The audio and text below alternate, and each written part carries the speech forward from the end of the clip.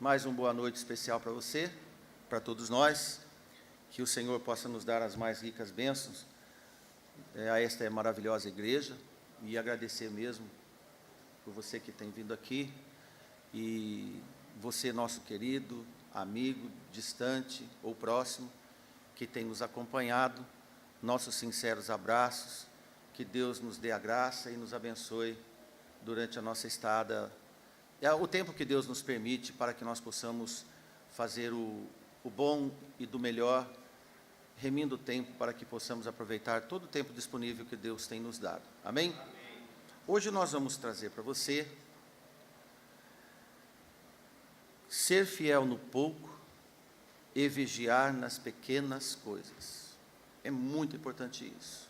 Não que os outros temas, os outros estudos sistemáticos, eles se complementam. Toda a Bíblia, ela é uma fonte de sabedoria quando ela é exercitada para nós no conhecimento do Senhor. Cada cristão, cada filho de Deus, que se resguarda no conhecimento e na prática do Senhor, pode e deve ter duas costumeiras atitudes. E costumeiros é de hábito, fidelidade e vigilância. Primeiro nós vamos ver fidelidade. O nosso endereço está em Mateus, capítulo 25, versículo 22 e versículo 23.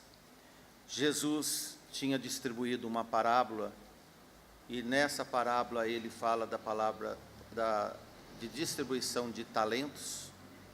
Mas nós vamos pegar uma parte, um fragmento dessa parábola, sem distorcer o conteúdo dela, fique tranquilo com isso. No versículo 22 diz assim: E chegando também o que tinha recebido 2 talentos, disse: Senhor, entregaste-me 2 talentos, eis que com eles granjeei outros 2 talentos. Disse-lhe o seu senhor: Bem está, bom e fiel servo, sobre o pouco te foste fiel, e sobre muito te colocarei. Entra no gozo do teu Senhor. Amém? Nosso Senhor Jesus, na parábola dos talentos, e outros receberam 5, 1 e outros nesses valores, mas o resultado foram ou semelhantes, equivalentes, ou nada. Mas nós não vamos entrar nesta parábola em si, mas vamos pegar o que Jesus disse aqui: bom e fiel servo, sobre o pouco foste fiel. Amém, irmãos? Amém. O Senhor considera em maior grau de importância a fidelidade, ao contrário de quantidade. Ser fiel é muito mais valoroso que números, que volumes. Não esperem situações favoráveis para fazer o que é preciso. A ordem não é essa. Não espera momentos que está tudo de bom para você ser favorável ao Senhor. Não é esta a ordem do Senhor. Fidelidade se prova no pouco, em pequenas atitudes, no pouco de paz, no pouco de amor, no pouco de riso, no pouco de sonho, no pouco de companhias, no pouco de abraços, no pouco de saúde, quando debilitado, no pouco de alimento, em pequenas quantidades ou nas necessidades, nós comprovamos que somos fiéis. O Senhor não mede de uma forma volumétrica, mas Ele mede por fidelidade, compromisso nos pequenos detalhes. Amém? Amém. O outro ponto é a vigilância. Por outro lado, o apóstolo Paulo diz em 1 Tessalonicenses, capítulo 5, versículo 21, e ele diz: abstendo-vos de toda aparência do mal, Abster é deixar de ter, deixar de chegar perto, deixar de ter. Abstende-vos de toda aparência do mal. 1 Coríntios 16, 13. Vigiai, estar firmes na fé e portai-vos varonilmente. Mateus 26, 41.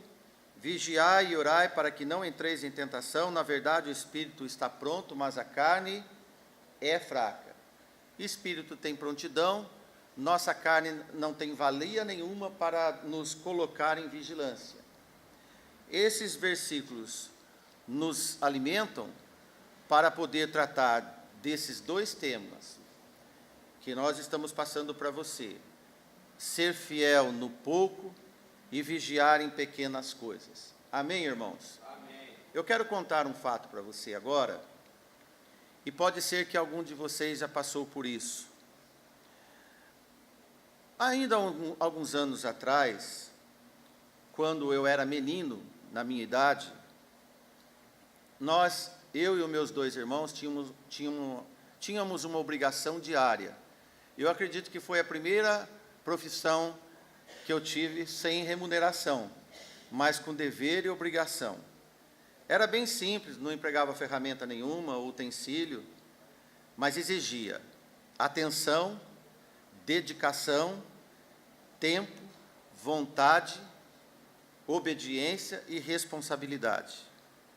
E eu quero colocar esse fato como uma ilustração para o nosso sermão de hoje. Você lembra quando nós tínhamos que escolher arroz e feijão?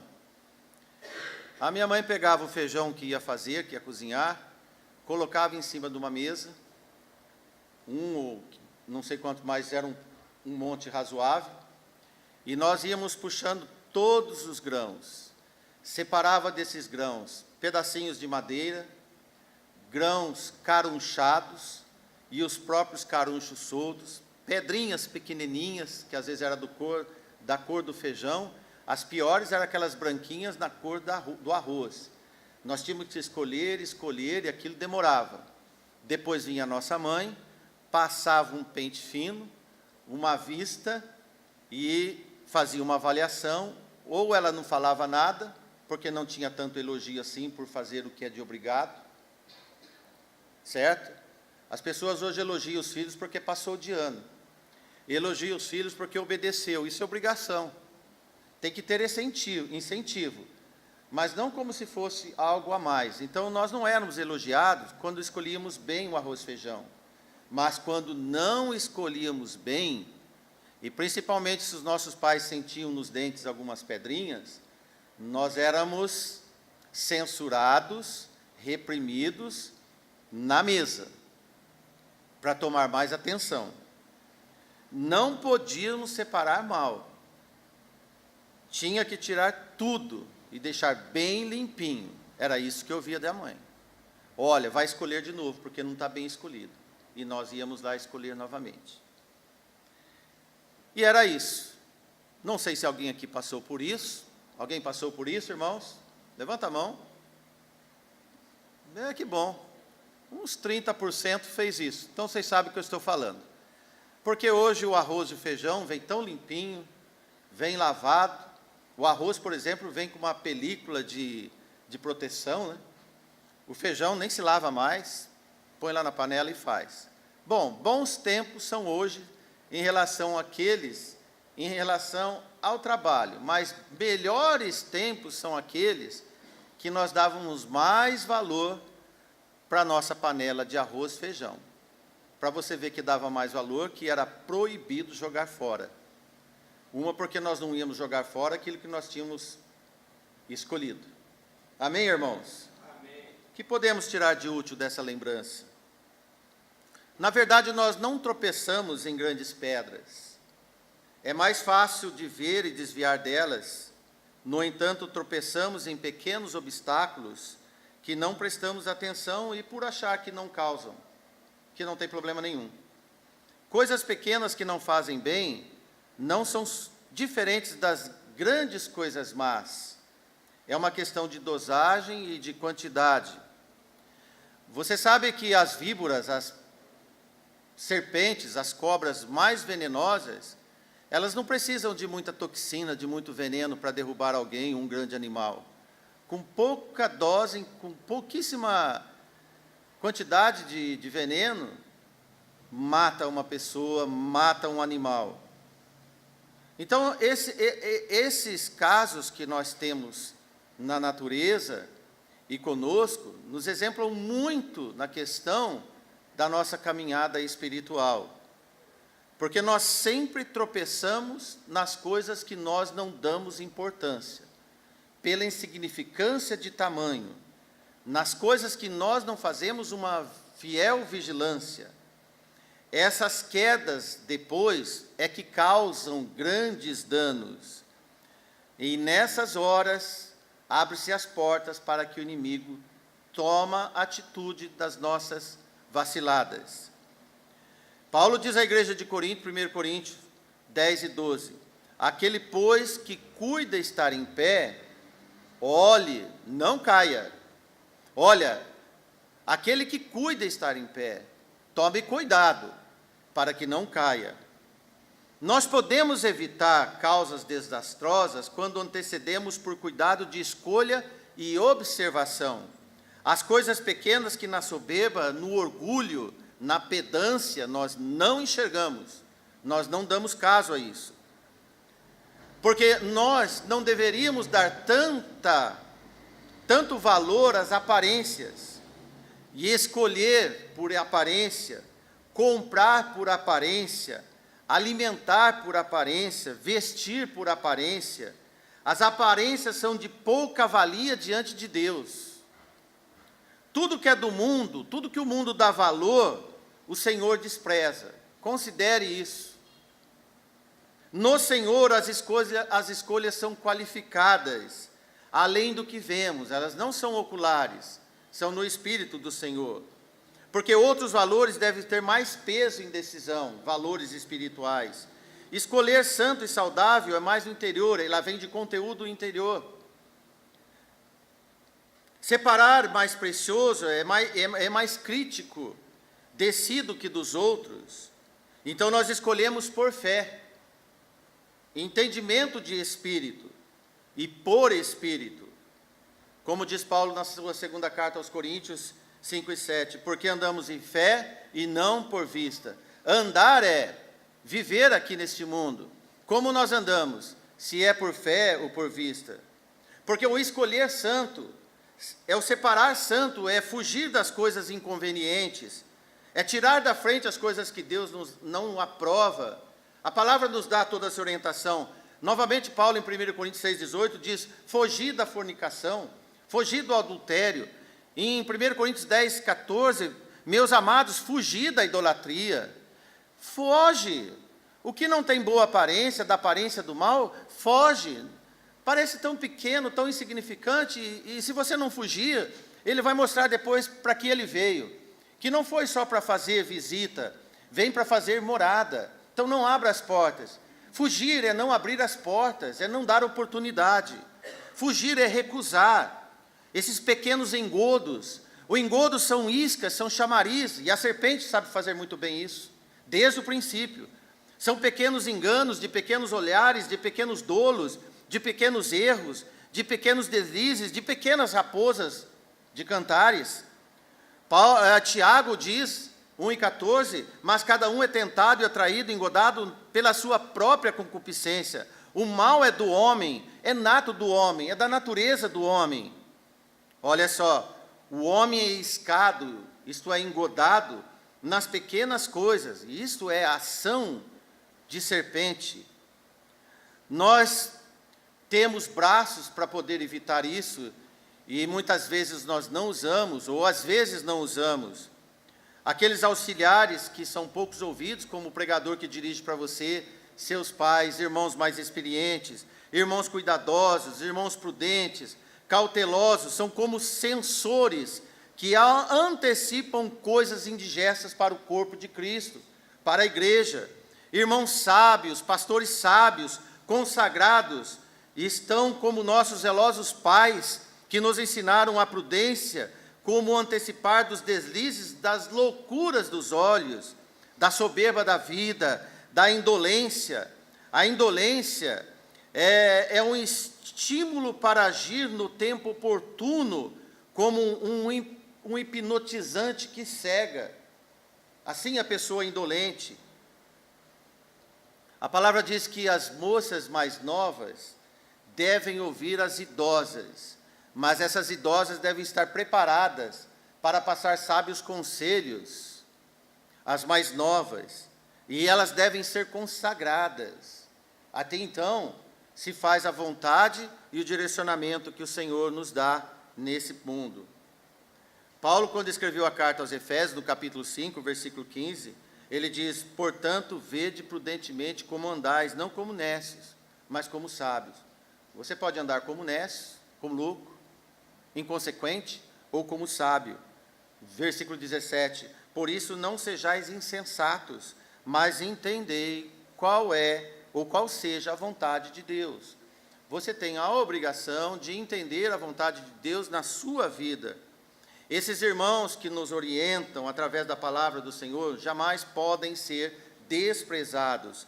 São como as formigas soldados do formigueiro. São como a sentinela do atalaia.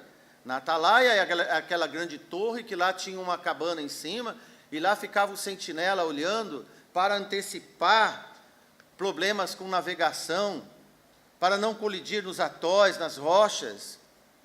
E a palavra traz essa informação de uma forma de parábola análoga, para que possamos entender, compreender, na razão da nossa necessidade.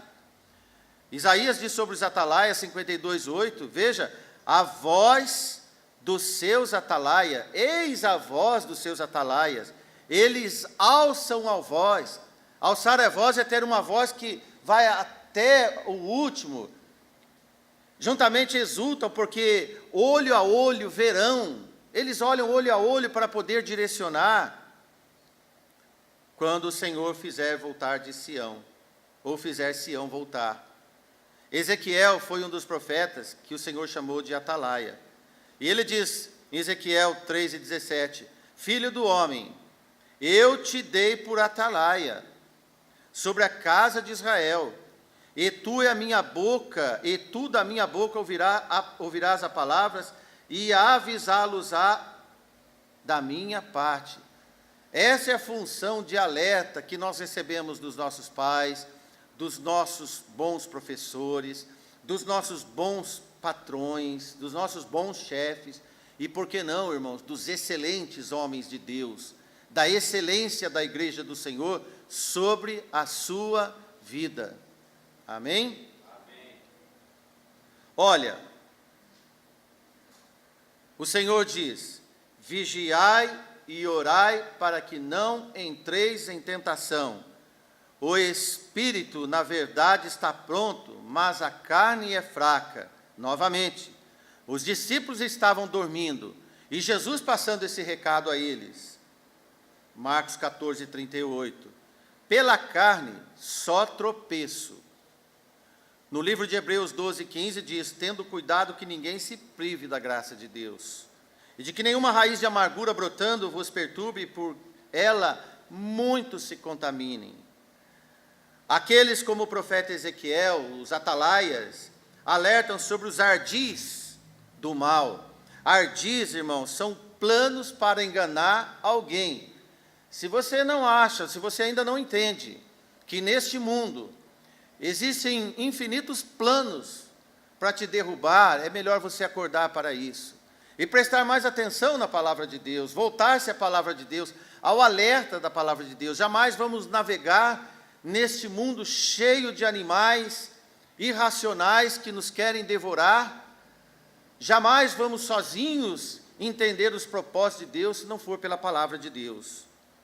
E Paulo diz isso à igreja de Corinto na sua segunda carta, capítulo 2, versículo 11. Paulo não ignorava, não fazia pouco caso dos ardis, porque não ignoramos os seus ardis. São as astúcias satânicas. Jesus, numa exortação costumeira sobre a vigilância, invoca um posicionamento constante de cada um na sua obra. Veja Marcos 13, 33. Olhai, vigiai e orai, porque não sabeis quando chegará o tempo. Versículo 37 diz: e as coisas que vos digo-as a todos, vigiai. Irmão, vigilância não é para pastor, vigilância não é para atalaia. Tem gente que acha que tem quem vigiar é o pastor. Em família, quem vigia não é o pai e a mãe, são todos. Todos têm que estar nessa necessidade de vigiar. Amém? Amém. Não adianta tomar nota, tomar conhecimento, sem praticar, sem acordar. Não adianta aprender e não ter conhecimento do exercício da palavra da verdade. O evangelho, irmãos, não é de ouvir falar. Se você é uma pessoa que só ouve falar do evangelho, isso não tem valia nenhuma em você, porque o evangelho não é de ouvir falar, ele não é roda de palavras soltas, não é uma gincana de palavras soltas. Cada tijolo na nossa vida tem o seu lugar, e nós precisamos ser vigilantes nisso. Nós precisamos dar atenção aos pequenos obstáculos dessa grande obra que Deus quer fazer na sua vida. Você tem que ser vigilante no grande mistério e ministério que Deus tem a executar na sua igreja. Seja participante disso. Não deixe desvanecer por coisas do mundo da sua própria carne. Porque por isso, irmãos, nós precisamos ficar atentos o tempo todo. Devemos estar sempre vigiando para não sermos enganados. Esses são os tropeços e na falta de fidelidade. Amém? Amém. Para que não sejamos mais meninos inconstantes. Paulo diz aos Efésios, capítulo 4, versículo 14: levados em roda por todo o vento de doutrina, pelo engano de homens que com astúcia enganam fraudulosamente. Fraude, ardis, enganos, tropeços, é o que não falta no leque, no cardápio do mundo para a sua vida, para a vida da sua família e para a sua amada igreja. Amém? Amém. Nós vamos comentar algumas coisas a nós confiadas que geralmente não somos fiéis e tropeçamos por entender que são pequenas demais para montar guarda e montar vigilância. Você sabe que o aviso da palavra do Senhor não tem pequena monta e grande montas. O alerta do Senhor para as vigilâncias, nós precisamos ter tino, ter cuidado em todas elas. Veja, a língua. A pregação não é sobre a língua, e nenhum desses 5 ou 6 itens que nós vamos ver. Mas é confiado a nós, quando o salmista diz em 141:3, põe, ó Senhor, uma guarda à minha boca, e guarda a porta dos meus lábios. Essa é a atenção da vigilância que nós devemos ter. Senhor, fecha a minha boca, guarda a porta dos meus lábios, que é melhor ficar de boca fechada do que falar o que é indevido. Concorda que isso é para vigiar? Concorda que isso é para ser fiel a essas ordenanças? Você diz o seu amém para isso? Mas aí vem o tropeço. Vem a falta de fidelidade. Tiago diz em 3,6, a língua também é um fogo como um mundo de iniquidade. A língua está posta entre os nossos membros, isso, nossos lábios, e contamina todo o corpo, inflama o curso da natureza, e é inflamada pelo inferno. A ignição da língua, a ignição da sua língua, ela vem dos mais subterrâneos dos infernos. Olha lá. Leia a palavra do Senhor. Quando você fecha a sua língua, você deixa de ser dragão. Não estou fazendo pregação de mitologia, mas quando nós estamos de língua fechada, irmãos, nós deixamos que as portas do inferno sejam abertas. As palavras são fortes, mas nós não somos vigilantes. Mas nós continuamos falando muitas vezes. E veja quantos erros com a língua nós cometemos durante o dia abençoado que Deus nos dá. São pequenas coisas que nos destroem.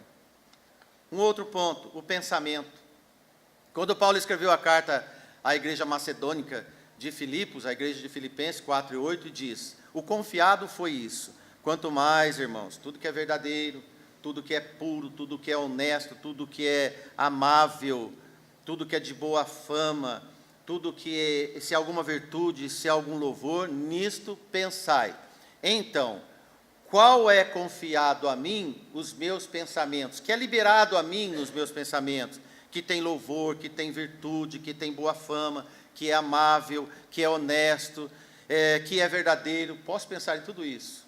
Mas o tropeço vem em Mateus 15:19, porque do coração procedem os maus pensamentos. A morte, os adultérios, a fornicação, os furtos, os falsos testemunhos e as blasfêmias. Olha, irmãos, nós vemos aqui o que é confiado para ser fiel e o tropeço da infidelidade, das pequenas coisas que achamos que o nosso pensamento ninguém vê e nada acontece. Mas a concupiscência, o pecado surge dos nossos pensamentos. Alerte para isso. Aos olhos. Salmo 101:3, do que é confiado a nós. Um salmo de Davi: não porei coisa má diante dos meus olhos, odeio a obra daqueles que se desviam, não se me pegará a mim. Não coloque coisas más, ou não colocarei coisas más diante dos meus olhos. Isto é confiado. Mas onde vem o tropeço? Se, porém, os teus olhos forem maus, o teu corpo será tenebroso. Se, portanto, a luz que há em ti são trevas, quão grandes são tais trevas? Porque Jesus disse em Mateus que a candeia do corpo são os olhos, de sorte que se os teus olhos forem bons, todo o teu corpo terá luz. O mesmo olho no Senhor tem um efeito. O mesmo olho, quando não dado atenção, não é fiel e tropeça, ele torna-se trevas, tristes trevas. Quanto ao tempo, item 5, o confiado, Salmo 92, que foi tema de uma pregação nossa.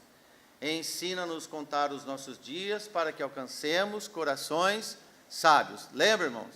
Olha, isso é uma disposição que Moisés colocou na sua oração, na sua oração cântico de pedido ao Senhor. Ensina, Senhor, a contar meus dias. Abre o coração para isso, para que encontre corações sábios. Andai em sabedoria para os que estão de fora, remindo o tempo. Qual foi o tropeço? Aqueles crentes que desprezam a qualidade do tempo que Deus lhes deu. Crentes que tratam o dia como qualquer dia e desprezam esse dia. Tudo que eu trato como qualquer coisa a mais, ou algo a mais ou algo a menos, eu desprezo e não sou grato. Fazemos isso com o dia que Deus nos dá, como um dia a mais. Crentes que acham que o tempo não tem importância, não dão qualidade ao tempo, tropeçam no tempo que resta. Coisas que parecem pequenas, mas são importantes. E quanto à salvação, irmãos? Como nós lidamos com a nossa salvação? Veja o que foi confiado. Eis que venho sem demora, guarda o que tens, para que ninguém tome a tua coroa. A revelação de Apocalipse 3:11 foi recado à igreja da Filadélfia, a igreja que guardou a palavra de Deus. Amém? A igreja que guardou a palavra de Deus. Mas o tropeço, aqueles que acham que a salvação não é de sua responsabilidade. Tem muitos irmãos que entendem que a salvação, de tão concreta que ela é, e creio que é, negligenciam a responsabilidade dela, e isso é um grande perigo. Brincam, e eu entendo isso como uma provação a Deus, uma tentação a Deus. Acham que a perseverança é uma discussão teológica, mas a palavra diz, e quem disse isso foi Jesus, nosso Senhor, Mateus 24:12. E por se multiplicar a iniquidade, o amor de muitos esfriará, mas aquele que perseverar até o fim, esse será salvo. Não tem meios termos aqui, não tem interpretação dúbia, por mais que se force. Jesus disse isso de fato, mas aquele que perseverar até o fim, este será salvo. Creio que os salvos estão nesse conteúdo. Coisas que parecem pequenas, que limitam sua vida com Deus, que fazem perder comunhão e esfriam. Coisas que não deixam a sua vida com Deus avançar. Dentre as quais, pouca dedicação na igreja reflete uma vida com Deus. Essa correria do dia a dia toma todo o tempo, quase todo o nosso tempo. Já reparou isso? Isso é uma grande âncora para podermos justificar o injustificável. Não tem tempo para se dedicar num profundo compromisso com Deus, por causa do tempo, por causa da sua dedicação exclusiva às coisas desse mundo. E reflete na pouca leitura bíblica, pouca oração, pouca comunhão com os irmãos, pouca participação nos eventos da igreja, pouco falar de Cristo. Se esfriam. Essa falta de dedicação assídua é perigosa na comunhão para com Deus. Afasta muitos de uma vida abundante com Deus e com os irmãos. O esfriamento é inevitável. A consagração passa por uma escala secundária. Não foi fiel. Tropeçou na dedicação do tempo. Uma vida sem direcionamento nas coisas do alto. Irmãos, a nossa vida passa, e todos nós sabemos disso. É só olhar para um e os outros. Ter qualidade e determinação na pauta do dia a dia, com objetividade nas coisas do Senhor, é muito importante e é necessário. Deixar a vida à mercê das ondas externas, dos problemas cotidianos, dos negócios, dos problemas familiares, dos problemas de trabalho, da saúde, dos estudos, da projeção profissional. É um desastre espiritual, isso é bem certo. Observar que o que tem tomado o nosso tempo, que produção tem surtido, que benefício tem a quem temos servido no tempo que nós temos, que o Senhor nos dá. Outros irmãos acham que tudo cai do céu. Acham que tudo cai sem trabalhar, sem fazer nada. Tenho o maior prazer de ler Êxodo quando o maná caía do céu e quando as codornizes vinham para comer carne. E quando Moisés batia na água, na pedra para vir rocha. Olha, irmãos, uma coisa que promove um grande atraso na vida de muitos é achar que as coisas espirituais da nossa vida espiritual acompanham apenas uma profissão de fé e um batismo. E estabelecem automaticamente, como milagrosamente, todo o efeito de achar que tudo vem sem nada fazer. Campo para absoluta morosidade, sonolência e ausência de fé e esperança. Não lutam com fé e esperança. São cristãos hedonistas do século 21. Têm o maior prazer de desfrutar as coisas do mundo e não permanecem na perseverança dos santos. E, por consequência, ventilam um certo deboche daqueles que são fiéis, porque não ajuda o que deveria fazer.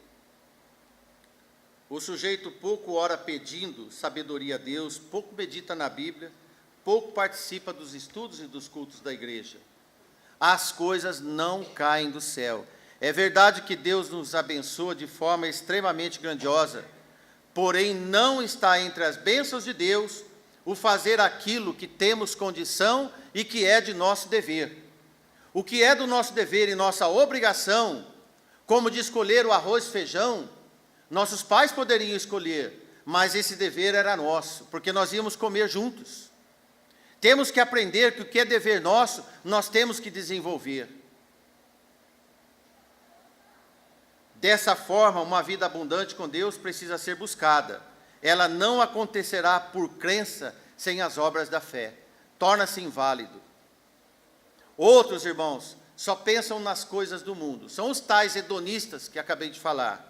Fico triste quando os irmãos reúnem na informalidade, nas suas casas, nos seus serviços, e os assuntos são 100% coisas do mundo. Só sabem e gostam e têm prazer de falar de coisas do mundo. Falam de futebol, falam de política, falam de lazer, falam de lugares interessantes, de pessoas interessantes, de viagens, de festas, de acontecimentos e etc. Falam de tudo, menos de Cristo. Parece que falar de Cristo é entediante, um espalha-rodinha. Que triste isso.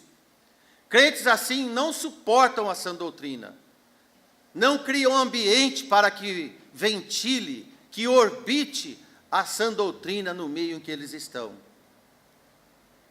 Não falam de Cristo e pouco querem ouvir de Cristo.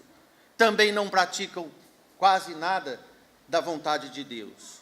O que se ouve e se lê na igreja deve ser uma prática verbal e de vida, mas fica só na verbal, só nos ouvidos. Por isso que Paulo diz, aprendem sempre, mas nunca chegam ao conhecimento da verdade. Esses geralmente são críticos dos pregadores, são críticos daqueles que pregam, apontam erros dos irmãos que tão cuidadosamente trazem às mesas. Não dão interesse, menosprezam a palavra, mas têm prazer de ouvir as coisas que não são de Deus e acham que tudo cai do céu. Tiago disse em 1:22, sede cumpridores da palavra e não somente ouvintes, enganando a vós mesmos. Esses 4 últimos itens que nós vemos, pensar só nas coisas do mundo, achar que tudo cai do céu, uma vida sem direcionamento das ordenanças dos céus do alto, pouca dedicação na igreja, pouco compromisso com a igreja. Todos esses poucos itens, mas importantíssimos que nós vimos, são qualificados como coisinhas menores, como pequenos obstáculos. Não olham, não montam fidelidade no atalaia do vigilante. Tende a ser enganadores de si mesmos. São enganadores de si mesmos. Acham que fazem, mas na verdade imaginam, deliram, sonham que fazem. Se consertam em si mesmos, mas não de um pacto de fé e de vida com Deus, de obra e verdade. Triste evento de muitos. Por isso que Jesus diz que o dia que Ele voltar, muitos vão se decepcionar e vão ter um roteiro de coisas que faziam, mas Jesus vai dizer, afasta porque eu não vos conheço. Não deixe isso acontecer na sua vida. Faça vigilância, faça fidelidade. Tem mais alguns conteúdos mais ínfimos ainda, mas que destroem na base como um alicerce contaminado por goteiras contínuas. Pequenas coisas que abrem as portas para que o mal satânico tome conta da sua vida. Pode até parecer estranho, mas quando falamos de pequeníssimas coisas, são pequenas mesmo. Veja algumas delas e confira o efeito que elas podem lhe causar. Quer ouvir? Vamos então. Vê se você tem hábito dessas coisas. Do dia a dia, você passa em sinal vermelho no trânsito? Você assiste novelas e filmes indecorosos em altas tardes da noite? Você é daquelas pessoas que, quando sentam na mesa, acham que é a última refeição do ano e da vida, e come de tudo, e sai, como dizia minha mãe, empanzinado? Você é daqueles que o ambiente de gritaria é comum na sua vida? Nem sabe que está gritando porque esse é o volume normal da sua voz? Não sabe falar mais baixo e muito menos ouvir o que se fala? Você é daquele que não faz caso de vir na igreja, tanto faz ir e vir ou não vir e nem ir? Você é daqueles que não são contribuintes com alegria no tesouro da casa do Senhor? E acha que já muito contribui ou contribuem? Você é daqueles que tem hábito de usar roupas provocantes e não se dá conta disso? Você é daquele ou daquelas que usam joias exageradas que chamam mais atenção em você e distrai Cristo nos olhares do próximo na sua vida? Você tem uma vida de plena discussão com seu cônjuge e acha que isso é normal, é hábito. Você tem uma vida preguiçosa, cada dia é um enfado, cada dia que amanhece é uma dor.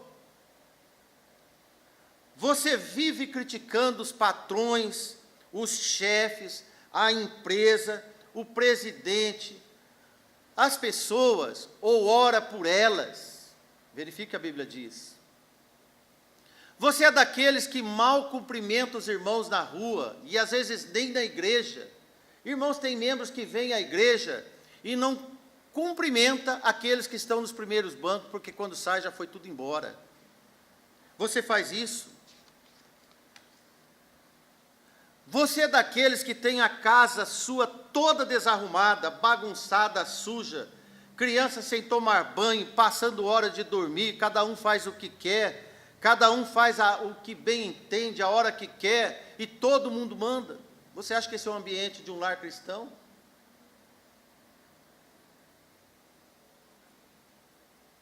Você tem preguiça e desânimo, como eu já falei, por qualquer coisa. Tudo é difícil.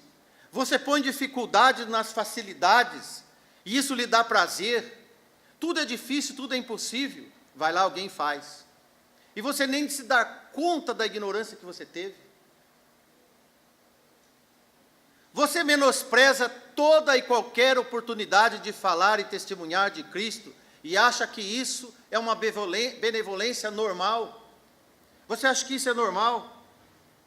Você tem hábito de criticar o tempo todo, critica o tempo, se chove critica, se faz sol critica, se faz calor critica, se faz frio critica. Murmura por causa de qualquer evento, qualquer coisa. São coisas pequenas, né? São tão pequenas que dominam a vida. São tão ínfimas e parece que desagregada da palavra de Deus. Mas eu não vou dizer, irmãos, eu tenho versículos bíblicos para todos esses 16 itens que eu passei para você. Tem referências do contraditório, da atitude que é comum se fazer, são pequenos obstáculos que tiram a graciosidade de usufruir o reino de Deus nesse presente século. Então vive jogando para o futuro. Na vida eterna eu vou ter paz. Na vida eterna eu vou ter alegria. Na vida eterna eu vou encontrar ausência de dor. Irmãos, Jesus disse, no mundo tereis aflições, mas ele diz, eu vim para que tenham paz, refrigério, alegria, contentamento de vida e gratidão. Irmãos, que mundo você vive? Irmãos, que Deus você serve? Não é melhor servir o Deus do presente? E saber que essas pequenas coisas ardilosas, de serpentário, peçonhento, já está com dosinhas milimétricas em volume, mas já está fazendo todo o roteiro de humor, de guia, de posição na sua vida. Isso é um desastre. Você gosta de assistir aqueles programas de televisão que só falam em desastre? Por que você não faz uma retrospectiva da sua vida, desses pequenos desastres? A trave e o cisco andam assim em muitos eventos da nossa vida. O argueiro. Precisamos entender melhor essas parábolas do Senhor. Parecem ser coisas tão pequenas e sem tanta importância, mas elas estragam todo o seu serviço disponível. Um tropeço em pequenas coisas subsequentes. Coisas que parecem ser poucas para você, mas são comissionadas para estragar a sua fidelidade. Sabe o que é uma coisa comissionada? Às vezes eu vejo alguém entrar no serviço e depois ele volta contente, alegre, e diz, recebi agora um cargo de comissão. E depois, quando alguém sai do serviço, ele vai perguntar assim, o meu cargo de comissão entra no meu salário? Falando, não, não entra no seu salário. Comissão, irmãos, é coisas encarregadas ou gratificadas por um período de tempo. Quando o Senhor te comissiona para as belas e sensíveis coisas do Senhor e você não dá conta dela, você é descomissionado do serviço do Senhor. Cuidado, você pode achar que está nos talentos dos 2 ou 5. Você pode achar que está na graça de Deus. Você pode achar que está acumulando galardões do Senhor. Pode ser que você precisa ler a palavra do Senhor, ouvir mais as pregações e ver como anda o seu tempo, a temperatura do seu tempo, o humor do seu tempo e onde Jesus está na sua vida. Se Ele está ao lado, se Ele está perto, se Ele está longe, ou se Ele está ausente, ou se Ele realmente é o Senhor da sua vida. Amém? Amém. Nas pequenas coisas, nas pequenas fidelidades, nós mostramos a quem nós servimos e quem está na nossa vida. Amém? Amém? Que Deus os abençoe. Amém. Quero estar ao pé da cruz, de onde rica fonte corre franca salutar, do Calvário ao monte. Sim, na cruz, sempre me glorio.